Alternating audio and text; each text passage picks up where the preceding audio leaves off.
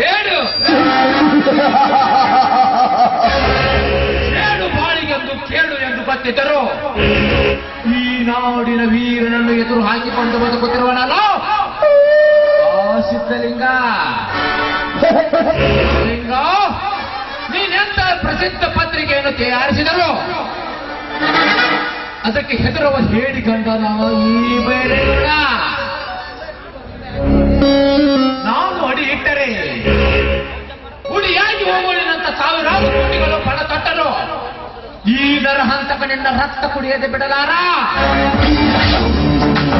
ರಾಮಲಿಂಗ, ನಿನ್ನ ತಂದೆ ನನ್ನ ಮನೆತನಕ್ಕೆ ಮಾಡಿದ ಒಂದು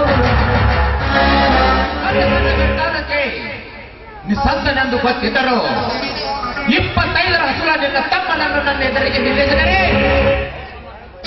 ಅದಕ್ಕೂ ನಾನು ರೆಡಿ. ನಾನು ಬಂದೂಕಿನಿಂದ ಭೇಟಿ ಆಡಲಿದ್ದರೆ ಎಂತಹ ಕಾಡ ನೀವು ತಪ್ಪಿಸಿಕೊಂಡು ಮರೆಯಲಾರದು ಈ ಬೋಧನೆ.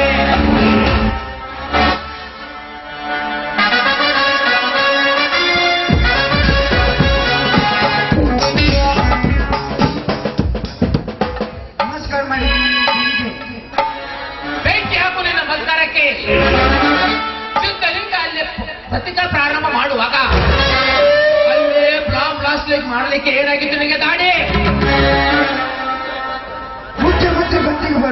ಮುಖ್ಯಮಂತ್ರಿಗಳು ಬಂದಿದ್ದಾರೆ ಅಪ್ಪ.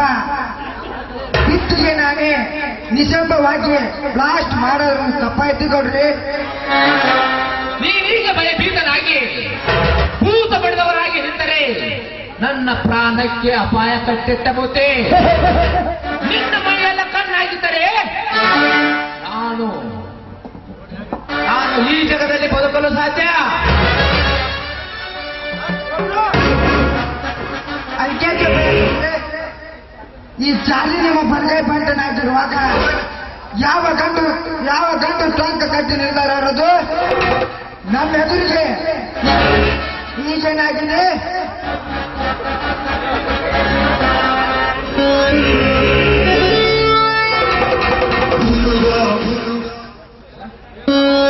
ಶಬಾಷ್ ಜರ್ನಿ, ಶಬಾಷ್. ನಿಂತಲೇ ಇರಬೇಕು ನನ್ನಂತ ಸೂರ ಬಂಟ.